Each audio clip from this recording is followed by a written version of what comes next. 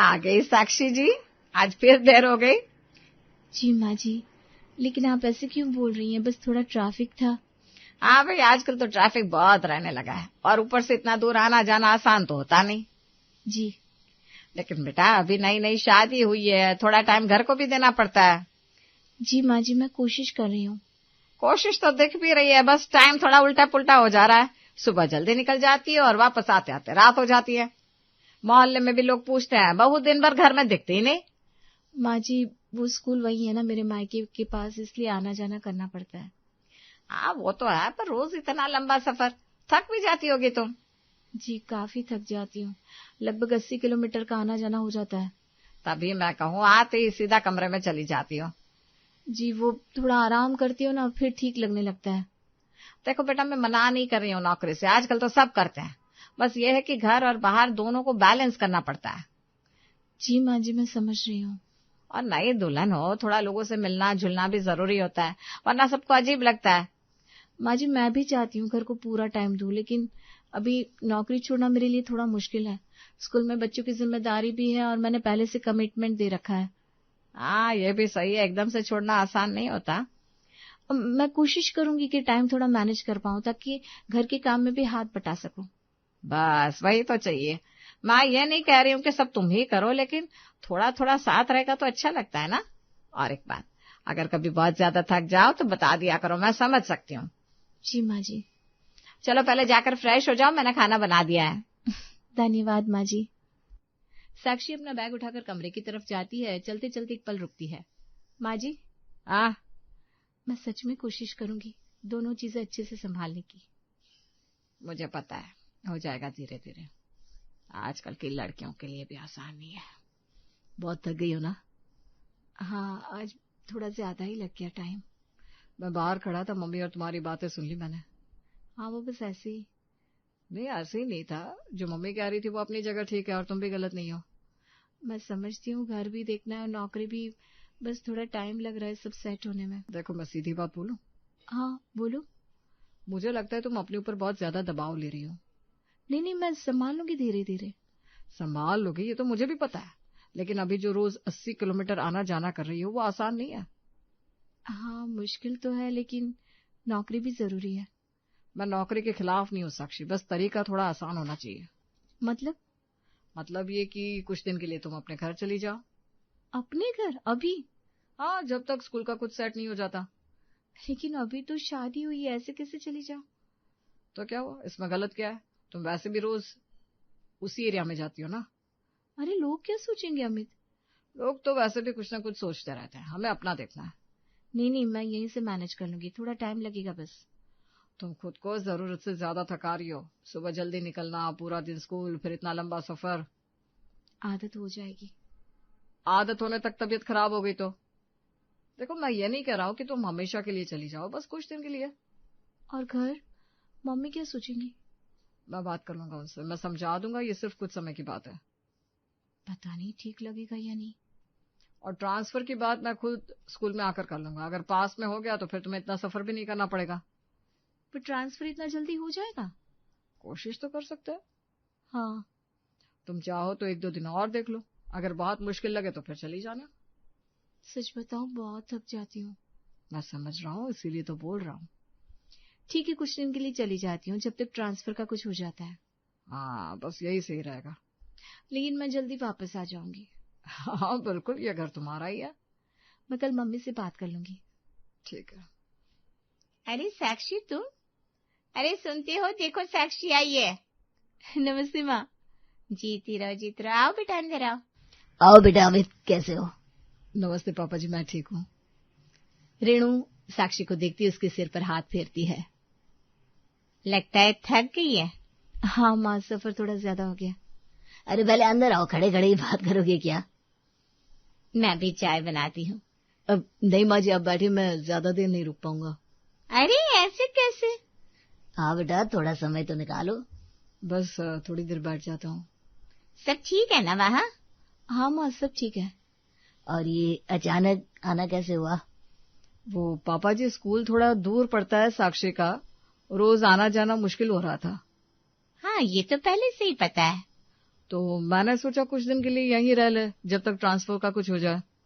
सही सोचा बेटा, सेहत भी जरूरी है। हाँ, यहाँ से स्कूल पास भी है, थोड़ा आराम भी रहेगा उसे। मैं कोशिश कर रहा हूँ ट्रांसफर की बात करने की। अच्छा है बेटा, अच्छा है। अगर पास में हो जाए तो और बढ़िया। चलो अच्छा किया जो इसे ले आए यहाँ। ठीक है, अब मैं चलता हूँ, ऑफिस के लिए देर हो जाएगी। इतनी जल्दी? हाँ, तुम आराम करो। अरे बेटा कुछ खा कर तो जाओ। अगली बार पक्का।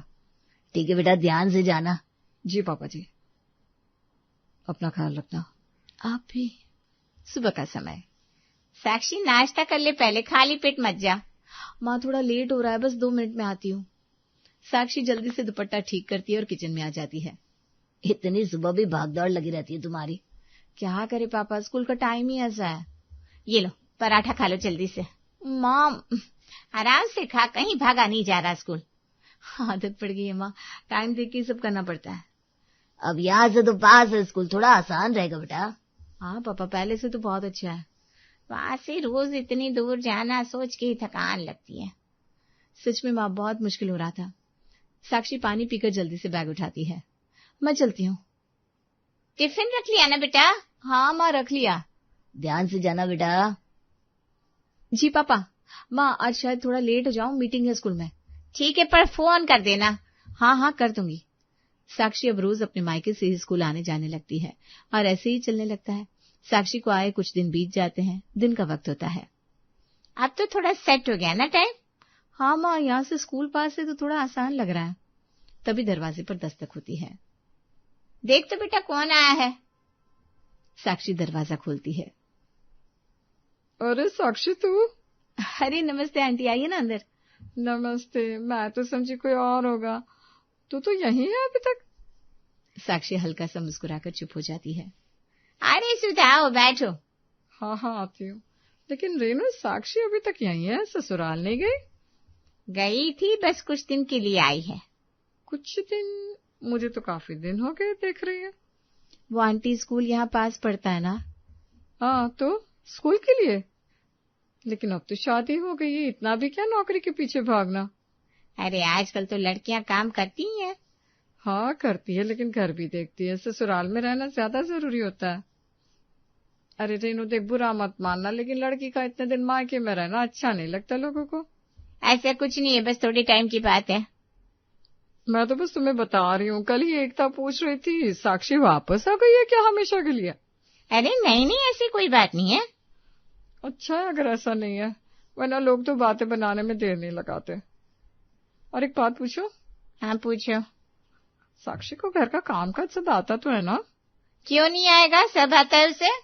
नहीं, बस ऐसे ही पूछ रही थी, क्योंकि आजकल की लड़कियां ना नौकरी में इतनी बिजी रहती है कि घर संभालना भूल जाती है। देखो साक्षी, बुरा मत मानना, लेकिन शादी के बाद थोड़ा ध्यान ससुराल पर भी देना पड़ता है। जी आंटी जी। और इतनी दूर नौकरी, रोज रोज आना जाना, कब तक चलेगा ये? अरे ट्रांसफर की बात चल रही है। हाँ, अगर हो जाए तो ठीक है, वरना लड़की का यूं मायके में रहना, लोग अलग ही मतलब निकालते ना। चलो फिर मैं चलती हूँ, मैं तो ऐसी आई थी। हाँ ठीक है, चलती हूँ। हाँ, काम था थोड़ा, बस सोचा मिलती चलो। ठीक है, आना बाद में। नमस्ते आंटी। हाँ बेटा, ध्यान रखना। सुधा चली जाती है। दरवाजा बंद होते ही घर में हल्की चुप्पी छा जाती है। शाम का समय। रेनू चुपचाप सोफे पर बैठी है। संजय रेनू को चुप देखकर रुक जाता है। क्या हुआ, इतनी चुप क्यों बैठी हो? कुछ नहीं, ऐसे ही। ऐसे ही नहीं होता, कुछ तो बात है। आज सुधा आई थी। फिर? बस वही बात कर रही थी साक्षी को लेकर। क्या कह रही थी? कह रही थी साक्षी को काफी दिन हो गए मायके में, लोग भी पूछने लगे हैं। अरे लोग तो पूछेंगी। बोल रही थी शादी के बाद लड़की का इतने दिन मायके में रहना अच्छा नहीं लगता। हाँ ये बात तो है। मैं भी यही सोच रही थी। शुरू में लगा ठीक है, स्कूल की वजह से रुक गई, लेकिन अब तो काफी दिन हो गए हैं। हाँ, अब तो थोड़ा ध्यान रखना पड़ेगा। मुझे डर लग रहा है कहीं लोग कुछ उल्टा सीधा ना बोलने लगे। देखो लोग तो बोलेंगे, लेकिन बात पूरी तरह से गलत भी नहीं है। हाँ, ससुराल भी तो उसका है, वहां भी रहना जरूरी है। बिल्कुल। क्या करना चाहिए फिर?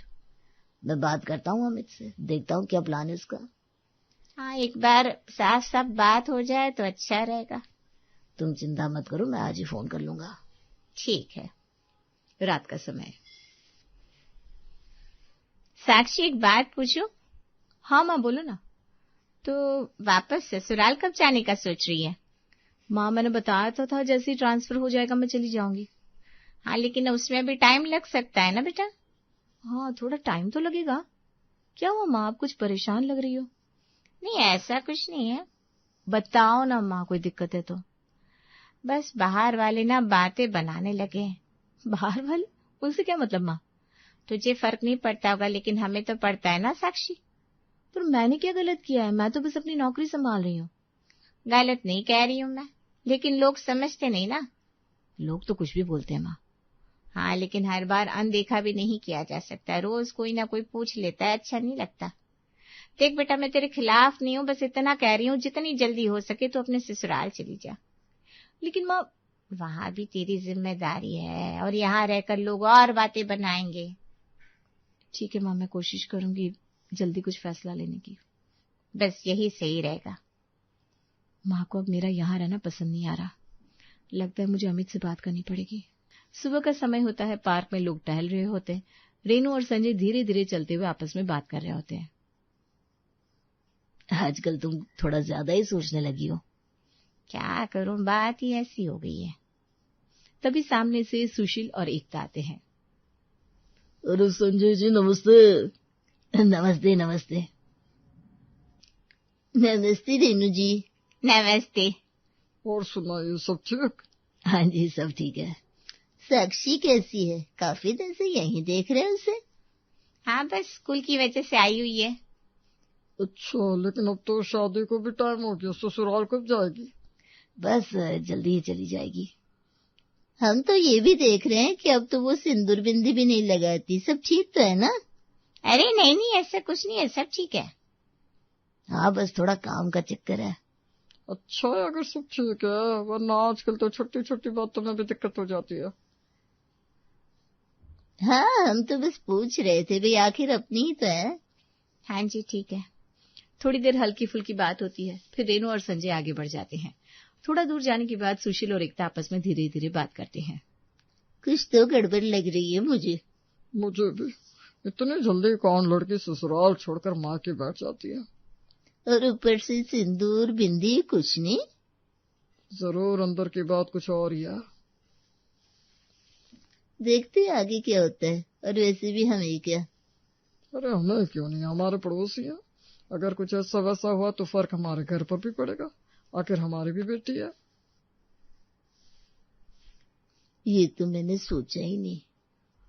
कितनी भी बातें हो, सब पता करते रहना तुम। सुधा जी ने कुछ बताया? अभी तो नहीं। देखा कैसे सब बातें बना रहे हैं। साक्षी सिंदूर नहीं लगाती, उस पर भी कितना गौर कर रहे हैं ये लोग। हाँ, देखा। तुम साक्षी से बात करो, इन सब चीजों पर ध्यान दे। लोग बातें बना रहे। तो मैं क्या करूं? हम दोनों बात करेंगे। अच्छा चलो ठीक है, मैं भी बात कर लूंगा साथ में। रेनू और संजय पार्क से लौट कर आते हैं। साक्षी किचन में चाय बना रही थी। साक्षी, जरा इधर आना बेटा। हाँ माँ, आती हूँ। एक बात करनी थी तुमसे, आकर बैठो यहाँ। जी पापा। वो तूने कुछ सोचा ससुराल जाने के बारे में? हाँ माँ, मैंने कहा तो था ट्रांसफर होती ही चली जाऊंगी। हाँ, लेकिन उसमें भी टाइम लग रहा है ना। और बाहर लोग भी बातें करने लगे हैं। फिर वही बात। बेटा, हम तेरे भले के लिए कह रहे हैं। मेरा भला या लोगों की बातें? साक्षी, ऐसे मत बोलो। तो कैसे बोलूं पापा? हर दूसरे दिन यही बात, कब जाओगी, क्यों नहीं जा रही हो? हम बस यूं ही पूछ रहे बेटा। रोज रोज पूछ रहे हो ना माँ, क्या लगा रखा है आप लोगों ने? साक्षी, अगर नहीं सहन कर पा रहे हो मुझे यहाँ, तो साफ साफ बोल दो, मैं चली जाऊंगी। ये कैसी बात करिए बेटा? सही बात कर रही हूँ पापा। मैं अपनी तरफ से सब मैनेज करने की कोशिश कर रही हूँ, लेकिन यहाँ आकर भी चैन नहीं है। ऐसा मत बोल बेटा। तो फिर बार बार ये बातें मत करो। ठीक है, अगर इतना ही प्रॉब्लम है ना, तो मैं कल ही चली जाऊंगी यहाँ से। रेनू और संजय एक दूसरे को देखते रह जाते हैं। साक्षी वापस मुड़कर किचन में चली जाती है और अमित को फोन लगाती है। हेलो अमित, कल के कल मुझे लेने आ जाओ, मैं नहीं जानती कुछ। अरे क्या हुआ, पूरी बात तो बताओ। मेरे मम्मी पापा को अब मैं बोझ लगने लगी हूँ, इसीलिए अब मैं अपने ससुराल वापस आना चाहती हूँ। अच्छा ऐसा है क्या? काम कैसा चल रहा है? कुछ सही नहीं चल रहा है। ऐसे माहौल में कहाँ मूड सही रहेगा, बच्चों के पेपर्स भी बनाने हैं। अच्छा। साक्षी अमित को सारी बातें कॉल पे बताती है। अगले दिन सुबह का समय था, दरवाजे की घंटी बजती है। देखिए तो कौन आया है। अरे अमित बेटा, तुम अचानक? जी पापा जी, अपनी पत्नी को लेने आया हूँ। आओ बेटा अंदर आओ। नहीं माँ जी, ज्यादा देर नहीं रुकूंगा, बस साक्षी को लेने ही आया हूँ। बेटा वो हम भी सोच रहे थे अब इसे भेज देना चाहिए। हाँ वो तो दिख ही रहा है। ऐसा नहीं है बेटा, हम तो बस क्या माँ जी, कल रात साक्षी से बात हुई थी मेरी, सब बता दिया इसने। बेटा हम उसकी भलाई के लिए कह रहे थे। भलाई? अपनी ही बेटी को ये महसूस करा दिया कि वो यहाँ बोझ है। नहीं बेटा, ऐसी बात नहीं है। तो कैसी बात है? रोज रोज एक ही सवाल, कब जाओगी, क्यों नहीं जा रही हो? हम बस समाज की वजह से। यही तो बात है पापा जी, समाज के लिए अपनी बेटी को ही परेशान कर दिया आपने। मैं इसे इसलिए यहाँ छोड़कर गया था कि इसे थोड़ा आराम मिले, लेकिन यहाँ भी चैन नहीं मिला इसे। साक्षी की आंखें भर जाती है, वो कुछ नहीं बोलती। हमें लगा लोग बातें बना रहे हैं। लोग तो हमेशा बनाएंगे माँ जी, लेकिन हर बार हम ही क्यों बदले? चलो साक्षी। बेटा ये क्या हो गया हमसे, अपनी ही बेटी को उसके घर जाने को मजबूर कर दिया। समाज के दबाव में आकर बहुत गलत हो गया हमसे।